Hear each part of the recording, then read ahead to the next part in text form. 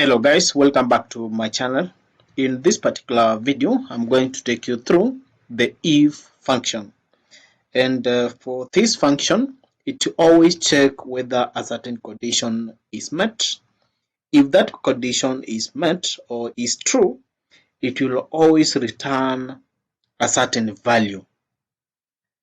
If else, it returns another value. And this is the general syntax or the format of using this particular function. So this is the format. If the logical tests, then you give the value if true or if else. For example, if you look at our analysis that we have assuming that we want to make a comment on this particular column. So let's assume that we want to comment if our students manage to get a mark which is above 300, that students, the comment should be pass, else fail, meaning that any mark below 300, that is 299 and below, should always give the comment fail. So let me go with it. Let me check. I need to change the color so that we can have something different. Okay, so if always equal sign if, open the brackets, our marks are on J7,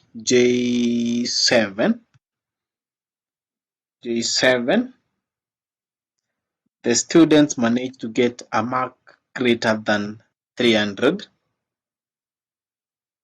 comma, look at this one, if logical, the logical is if the mark is above 300, then you should give now if true, and for the true part, opening remarks, then it's a pass, otherwise or else, comma, the value, if it's false, what should I get? I should get a fail. Then you cross your remarks, then you cross your brackets, then the enter button. So as you can see, this particular students managed to get a mark that is a 316, that is above 300. Okay, now to get the comment on the other remaining part, this is of course Excel. You can now copy. So you drag at the bottom right, then you drag your formula all the way to the bottom part to get the comment for the others. So as you can see, for this Nancy, who managed to get 282, is the comment is fail since it does not meet our condition.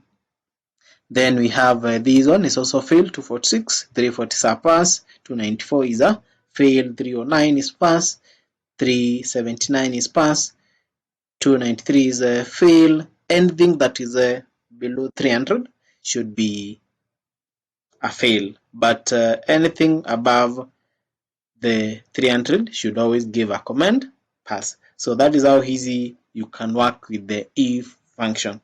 If you can check, I've already made other video related to other logical function. For example, I've already done a video on the count if, the sum if. So if you're having a challenge on how to work with those logical, you can go through my channel list and check other related video on this particular part on the logical function. So thank you. Don't forget to subscribe. Continue watching, continue supporting the channel by subscribing, liking, and also sharing with your friends. Bye bye.